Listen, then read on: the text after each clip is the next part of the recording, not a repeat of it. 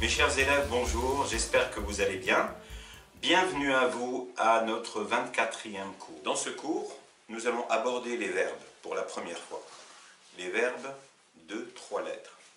Car en arabe, il y a des verbes de 3 lettres qu'on appelle les verbes trilitères. Il y a des verbes de 4 lettres qu'on appelle les verbes quadrilitères. Les verbes de 5 lettres qu'on appelle les verbes quintilitères. Et les verbes de 6 lettres qu'on appelle les verbes sextilitaires. Il n'y a pas de verbe de 2 lettres ni de verbe au-delà de 6 lettres. Donc, nous avons des verbes de 3 lettres qu'on appelle en arabe les verbes al-af'al al-thulathiyya, les verbes de 4 lettres al-af'al al-ruba'iyya, les verbes de 5 lettres al-af'al al-khumasiyya et les verbes de 6 lettres al-af'al al-sulasiyya. Passons maintenant aux verbes de 3 lettres. Je vous ai dit qu'il y avait des verbes de 3, de 4, de 5, de 6 lettres en arabe. Il n'y avait pas de verbes de moins de 2 lettres et pas de verbes au-delà de 6 lettres. Et nous allons commencer par les verbes de 3 lettres. Donc les verbes de 3 lettres, ce sont des verbes donc, avec un radical de 3 lettres. Il n'y a pas moins de 3 lettres. Donc du coup, nous allons étudier les différentes catégories de verbes de 3 lettres. Donc, je vais prendre un verbe, un exemple. Prenons le verbe avec ces 3 lettres. Alors, si, regardez, il y a le del, le ra et le sin. Si vous prononcez ce mot comme un nom, vous vous contentez de mettre une fatha, un a à la première lettre et rien aux deux autres. Voici donc dars. Dars veut dire un cours. Par contre, si c'est un verbe, vous êtes obligé de mettre une fatha aux 3 lettres. D'accord? Darasa. Darasa.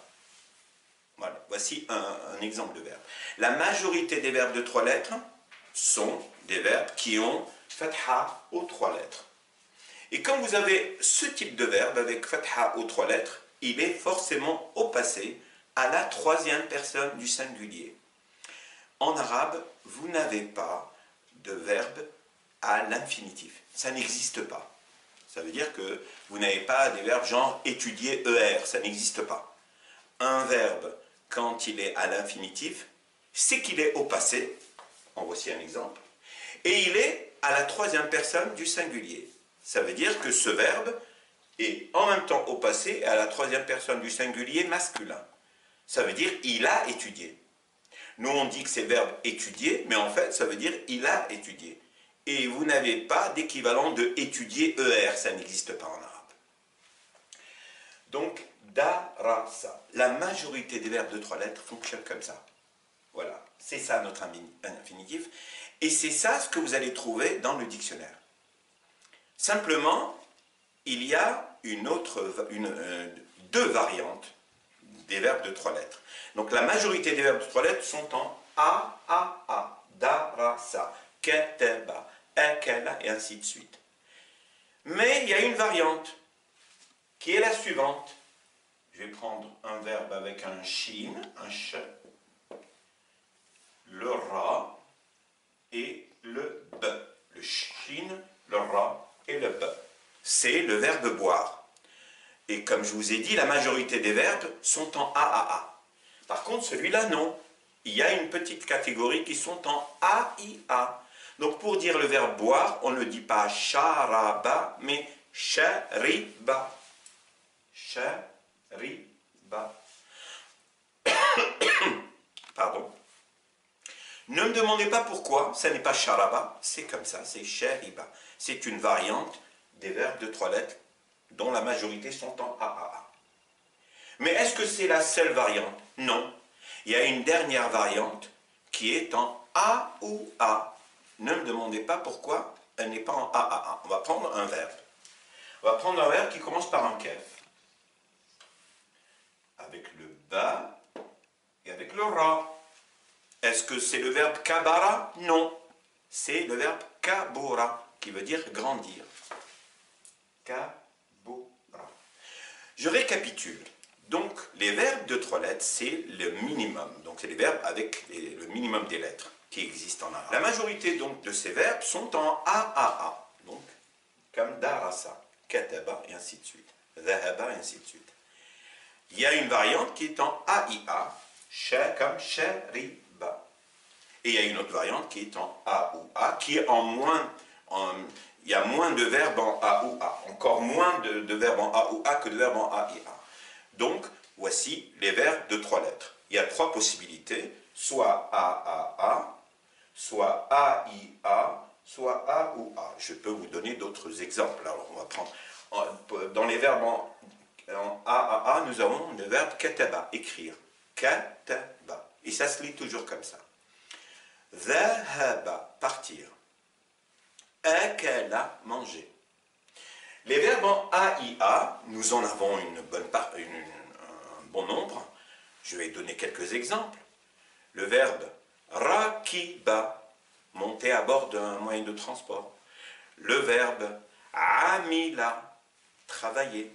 Donc on a dit shariba, rakiba, amila, et un dernier pour la route, ta'iba, être fatigué. Et les verbes en A ou A, il y en a un certain nombre. Nous avons kabura, grandir. Nous avons sarura, rajeunir. Nous avons ba'uda, s'éloigner. Et nous avons qaruba, se rapprocher. Et ainsi de suite. Donc, voici les 3 modèles de verbes de 3 lettres, avec les plus importants qui sont en AAA. Maintenant, on va voir comment mettre ces verbes, vu que ces verbes sont au passé, à il n'y a pas d'infinitif en arabe, nous allons les mettre au présent. Et au présent, la règle, c'est qu'on doit les mettre à il, à la forme il, la 3e personne du singulier masculin. Comment fait-on pour faire passer un verbe du passé au présent? Alors, la base en arabe, c'est de leur mettre au début un ya. Le ya au présent, au début, le ya au début, représente il au présent. Et là, c'est il au passé. Regardez. Vous commencez par mettre un ya au début et réécrire les 3 lettres. Nous allons les vocaliser. Soyez patients.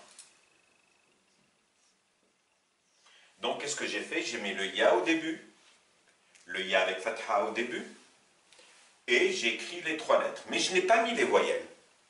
Donc, la première chose à faire, c'est donc d'ajouter le ya au début, de mettre la dhamma à la fin sur la dernière lettre. La règle en arabe, même si on ne le prononce pas toujours, la règle en arabe, c'est de mettre une dhamma à la dernière lettre. C'est la règle. Officiellement, c'est comme ça. Ensuite, il nous reste quoi? Il nous reste ces 2 lettres. Ok. La première ne prendra aucune voyelle. Donc, on dira yad. Et la lettre du milieu sera variable en fonction du verbe. Il y en a pour laquelle elle deviendra ou, comme cette lettre, comme ce verbe, yadrusu. Il y en a pour laquelle elle deviendra a. Je vais vous donner un exemple.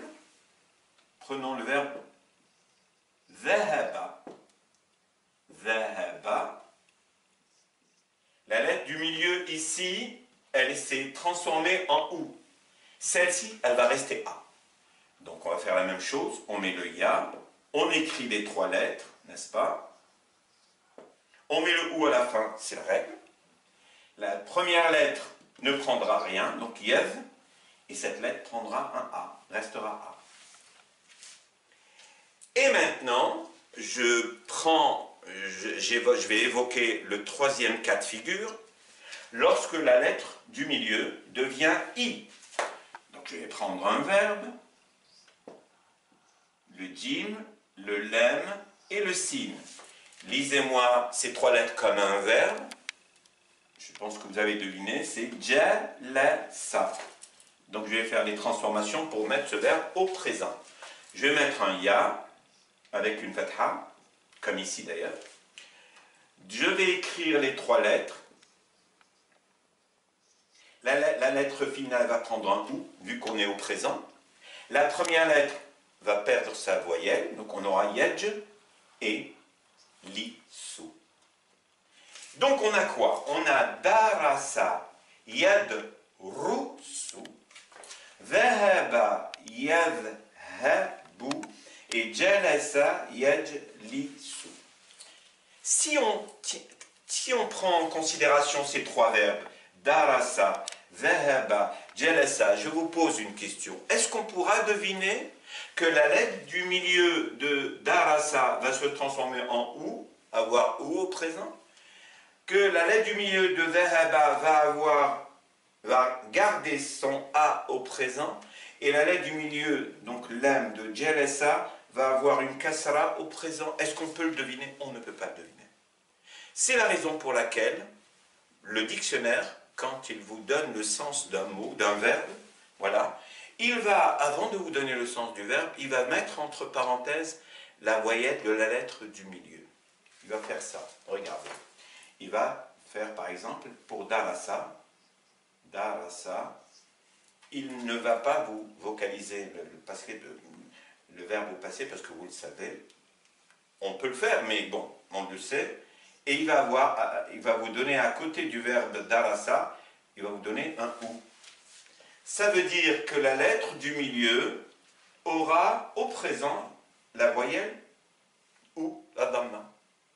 C'est comme ça que le dictionnaire fonctionne. Donc, récapitulons. Les verbes de 3 lettres, la majorité des verbes de 3 lettres sont en AAA. Donc, darasa, dhahaba, jalasa. Pour mettre ces verbes-là au présent, vous allez mettre le ya au début, puisque ça va représenter il. Donc, le ya représente il. Et la dhamma à la fin. D'accord? Ensuite, la première lettre, vous n'allez pas la vocaliser. On aura donc yad. Et la lettre du milieu, elle prendra ou. Tantôt elle prendra ou, comme dans darasa yadrusu. Parfois elle restera a, comme dhahaba yadhabu. Et parfois elle se transformera en kasra, jalasa yajlisu. Voilà. Donc, là, aujourd'hui, nous avons étudié les verbes de 3 lettres qui sont en AAA, qui ont 3 fatha. Au prochain cours, nous aborderons les verbes de 3 lettres qui sont en AIA, c'est un nombre assez important, et AOA, un nombre moins important de verbes qui sont comme ça. Voilà, donc j'espère que vous avez bien suivi et bien compris le fonctionnement de ces verbes-là de 3 lettres qui sont en AAA et leur passage au présent. Je vous remercie d'avoir suivi et à très bien. Il va avoir un A, mais il n'aura pas un A au 3. Il aura un A, un I à la 2e lettre et un A à la 3e lettre. Alors, ne dites pas pourquoi on ne dit pas kabara, c'est comme ça. Hein, on hérite la langue telle qu'elle est. Les verbes qui sont en A ou A,